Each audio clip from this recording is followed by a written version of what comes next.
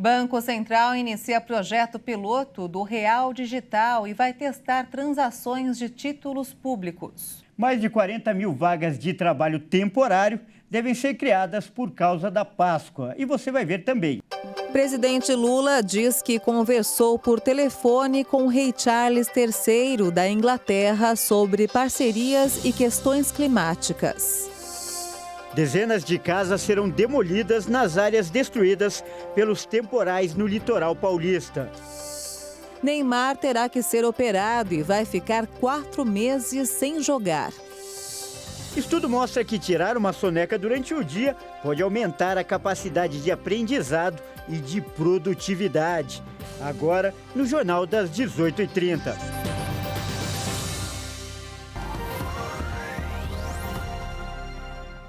Olá, boa noite. São 18h33 pelo horário de Brasília. Muito boa noite. Você acompanha agora as principais notícias do Brasil e do mundo desta segunda-feira.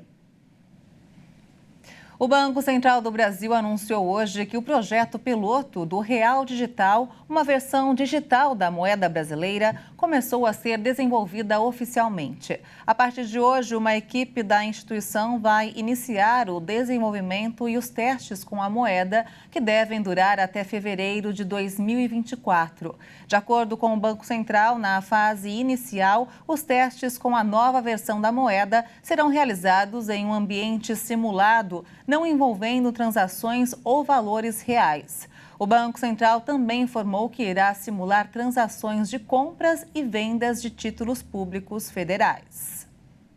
Olha, a partir de amanhã, mais de 38 milhões de pessoas poderão sacar o dinheiro esquecido nos bancos. Nessa nova rodada, a consulta inclui os valores de pessoas falecidas. Até então, o Banco Central havia liberado apenas a consulta para a pessoa saber se tinha ou não saldo nas contas. O valor poderá ser consultado de forma online a partir das 10 horas desta terça no site do Banco Central.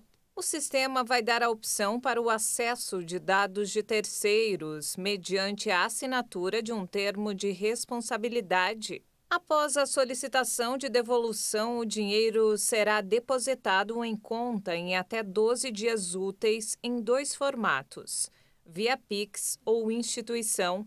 No total, são 6 bilhões de reais disponíveis para resgate. Segundo o Banco Central, 38 milhões de pessoas físicas e 2 milhões de pessoas jurídicas têm dinheiro a receber na nova fase do programa.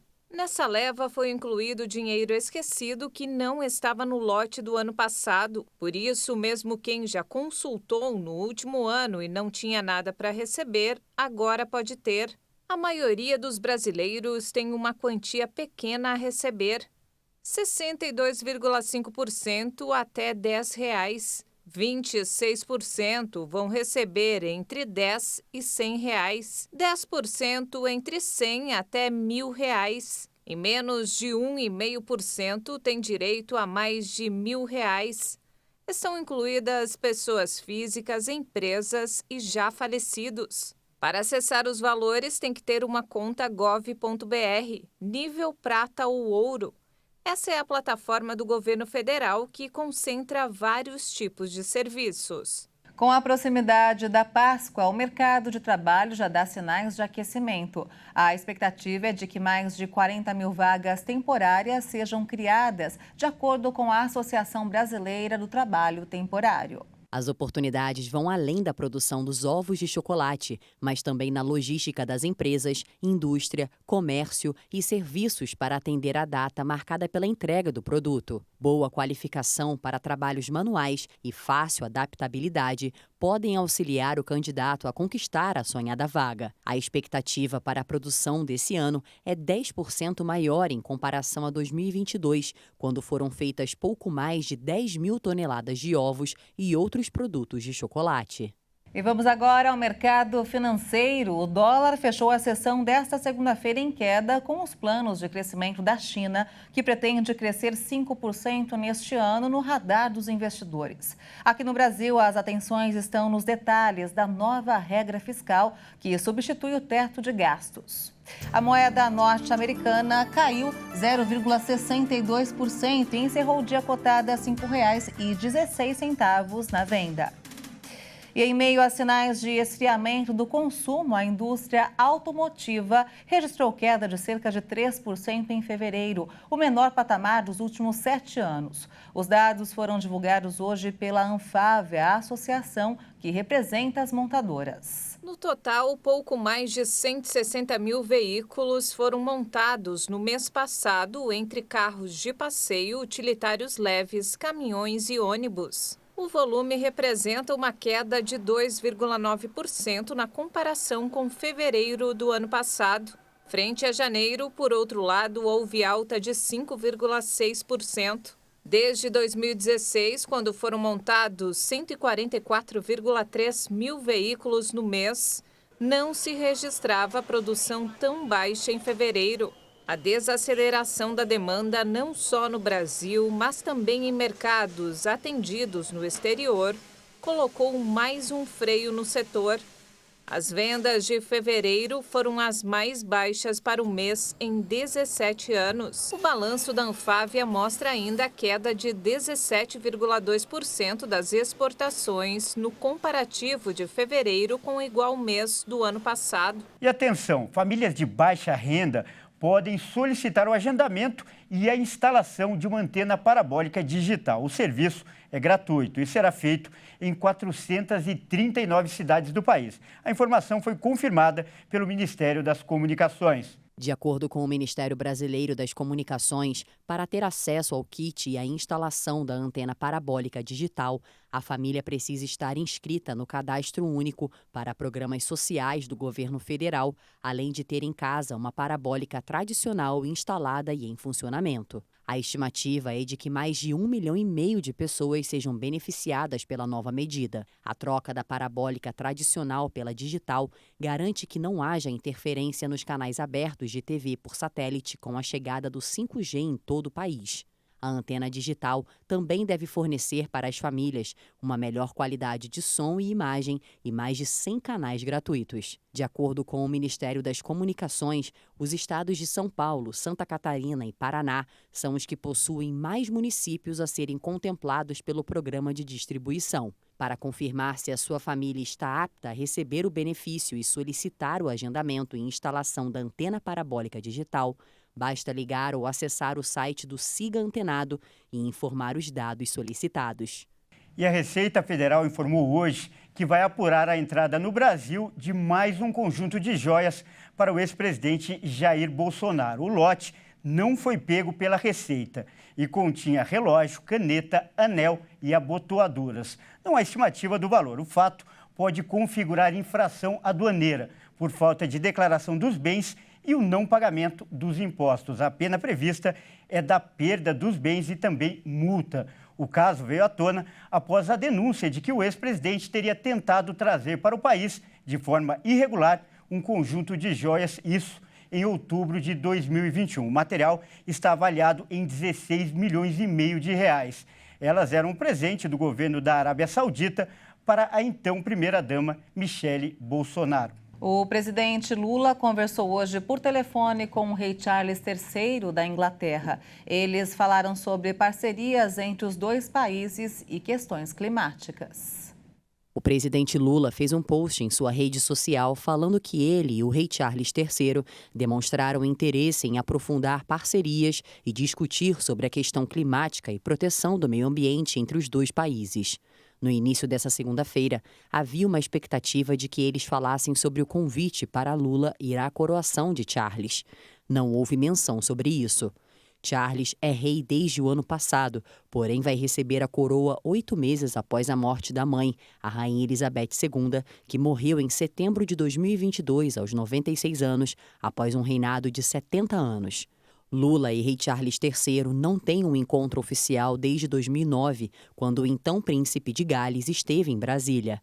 A coroação de Rei Charles III está marcada para o dia 6 de maio na Abadia de Westminster, em Londres. E veja a seguir, dezenas de casas serão demolidas nas áreas destruídas pelos temporais no litoral paulista. E ainda, estudo mostra que tirar uma soneca durante o dia pode aumentar a capacidade de aprendizado e de produtividade. Nós voltamos em instantes, até já.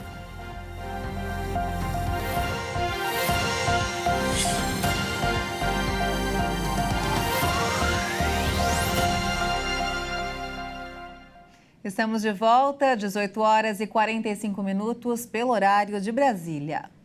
Nós vamos agora direto para o Rio de Janeiro com o repórter Anderson Nascimento e as informações desta segunda-feira. Muito boa noite, Anderson.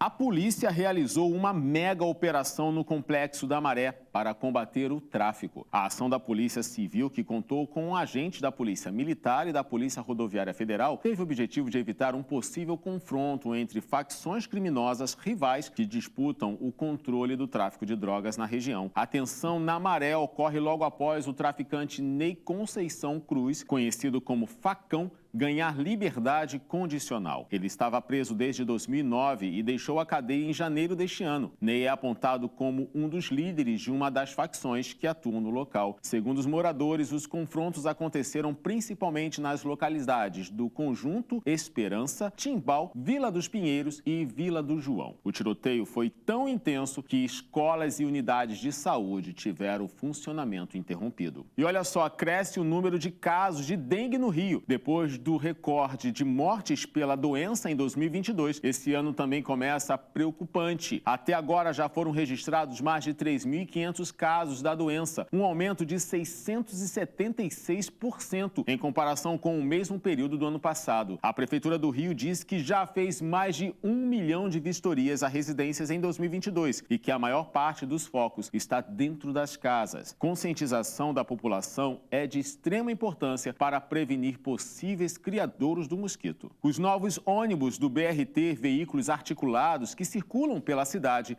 já sofrem com vandalismo e depredação poucos dias depois de começarem a rodar nas ruas. Imagens mostram um passageiro segurando a porta, impedindo o ônibus de andar. O motorista tenta falar com o homem no microfone e pessoalmente, mas sem sucesso. Eles começam uma discussão. Ao chegar no terminal de destino, o passageiro vai até a janela do motorista e quebra o retrovisor do veículo. Desde a semana passada, o corredor Transcarioca passou a rodar com a nova frota, que conta com 110 novos articulados. Eles fazem parte do projeto da Prefeitura de revitalização do sistema. Passageiros elogiam os veículos e o tempo de intervalo menor, mas reclamam da falta de fiscalização nas estações para prevenir os atos de vandalismo. Eu fico por aqui e amanhã eu volto com mais notícias do Rio. Até lá.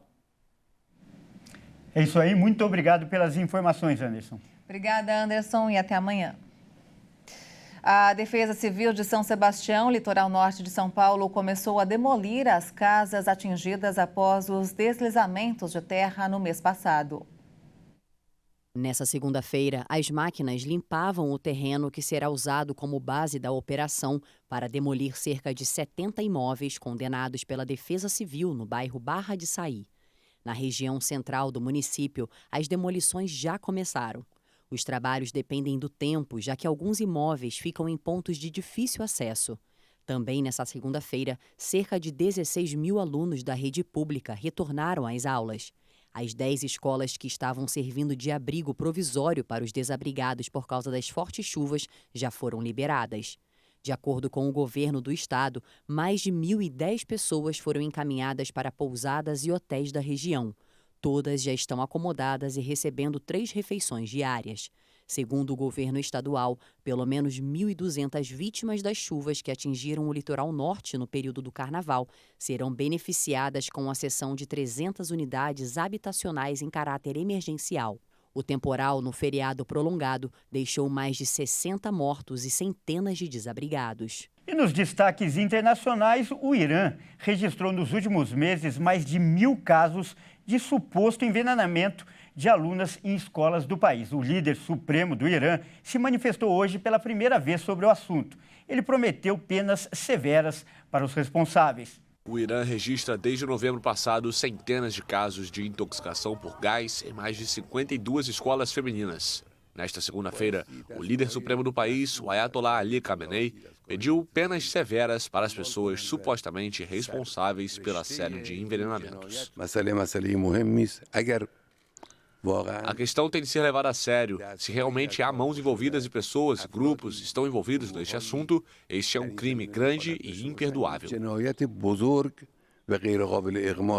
De acordo com o governo, em caso de detenção, os autores dos envenenamentos serão julgados e condenados à morte. Nenhuma detenção foi anunciada até o momento, mas as autoridades continuam investigando as substâncias que provocam dificuldades respiratórias e mal-estar, levando muitas estudantes ao hospital. Em várias cidades, os pais das alunas se mobilizaram para exigir uma ação rápida das autoridades. No México, mais de 100 menores de idade desacompanhados, a maioria da Guatemala, foram encontrados hoje dentro de um caminhão abandonado no estado de Veracruz. Além das 103 crianças, 212 adultos de Guatemala, Honduras, El Salvador e Equador foram encontrados no caminhão. O veículo foi localizado sem motorista na rodovia Latinarra-Cosamaloapan. Foi detectada a presença de pessoas dentro da carroceria, que tinha duplo piso metálico e estrutura de ventilação. As crianças desacompanhadas e os membros da família encontrados ficarão sob a tutela do Sistema de Desenvolvimento Integral da Família.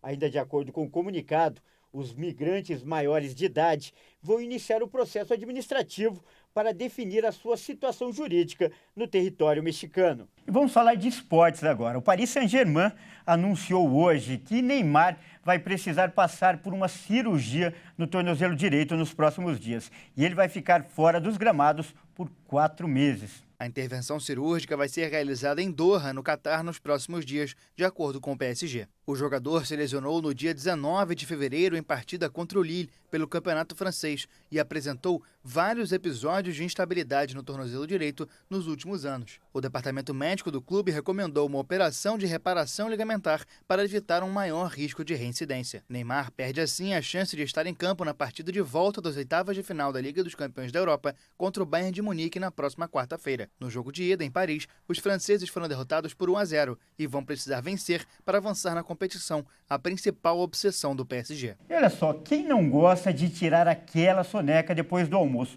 Só de pensar já dá sono, não é mesmo, Mariana? É, dá mesmo, Kleber. É verdade. Mas olha só, esse momento tão agradável não é só uma questão de prazer ou então de preguiça. Também é um hábito muito bom para a saúde. É isso mesmo. Olha só, um estudo mostra que a soneca pode aumentar a capacidade de aprendizado e de produtividade. Então, fique bem acordado agora e acompanhe a reportagem de Bruna de Jaimo.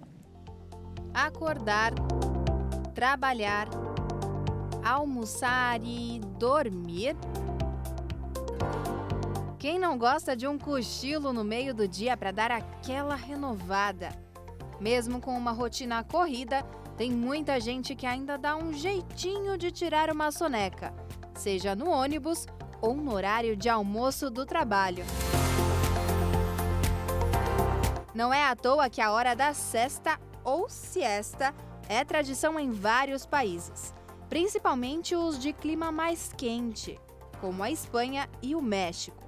Esse termo se refere à sexta hora do dia. E muitos entendem que o dia começa às 6 da manhã e a sexta hora é ao meio-dia.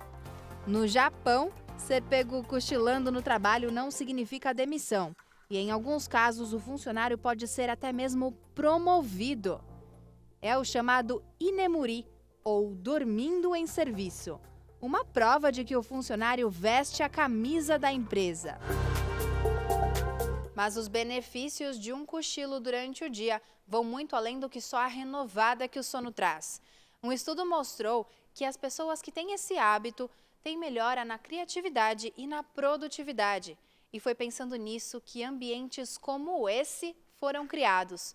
Os chamados cochilódromos já são um sucesso entre os amantes de uma soneca. Bom, existem muitos estudos, né, sobre essa potência do cochilo ao meio do dia, mas de uma maneira muito geral, que todos os estudos trazem, é como se você estivesse dando um reset mesmo durante o dia. É como a gente reinicia a nossa máquina quando ela não está funcionando muito bem, né, é como a gente estivesse reiniciando o nosso próprio corpo. Então, o cochilo tem esse poder, né, de fazer uma limpeza dentro do seu cérebro e você voltar muito mais ativo para o seu dia.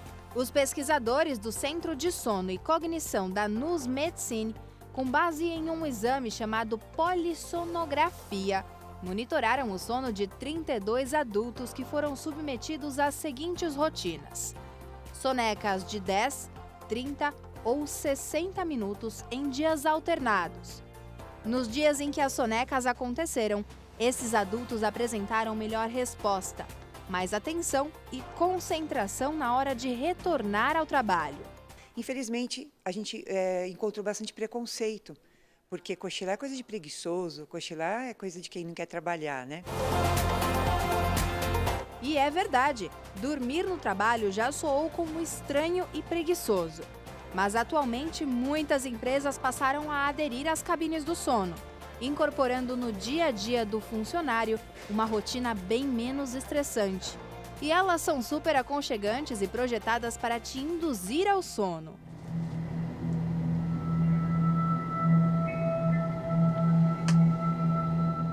Desde o formato da cama, que faz com que seus pés acima do coração, né, faz com que a circulação sanguínea seja melhor, canais de música relaxante, música clássica, new age, sons da natureza, que é o meu preferido, né, e também utilização de cromoterapia como uma luz azul, que também te induz esse momento, né, de mais de introspecção e descanso. Embora as rotinas atarefadas nem sempre permitam, impossível não reconhecer o prazer de um belo cochilo no meio da tarde. Nossa, por exemplo, a nossa rotina não dá, né, Cléber, para tirar uma soneca à tarde, né? Nem um segundo a gente dorme para não perder as notícias. É isso mesmo. Bom, é isso aí. E o Jornal das 18h30 termina aqui. Você acompanha agora outras informações durante a nossa programação. Uma ótima noite e, mais uma vez, um prazer trabalhar ao seu lado, Maria Alice. Prazer todo meu, Cléber. E olha, obrigada pela sua companhia. Uma boa noite para você e até amanhã. Tchau.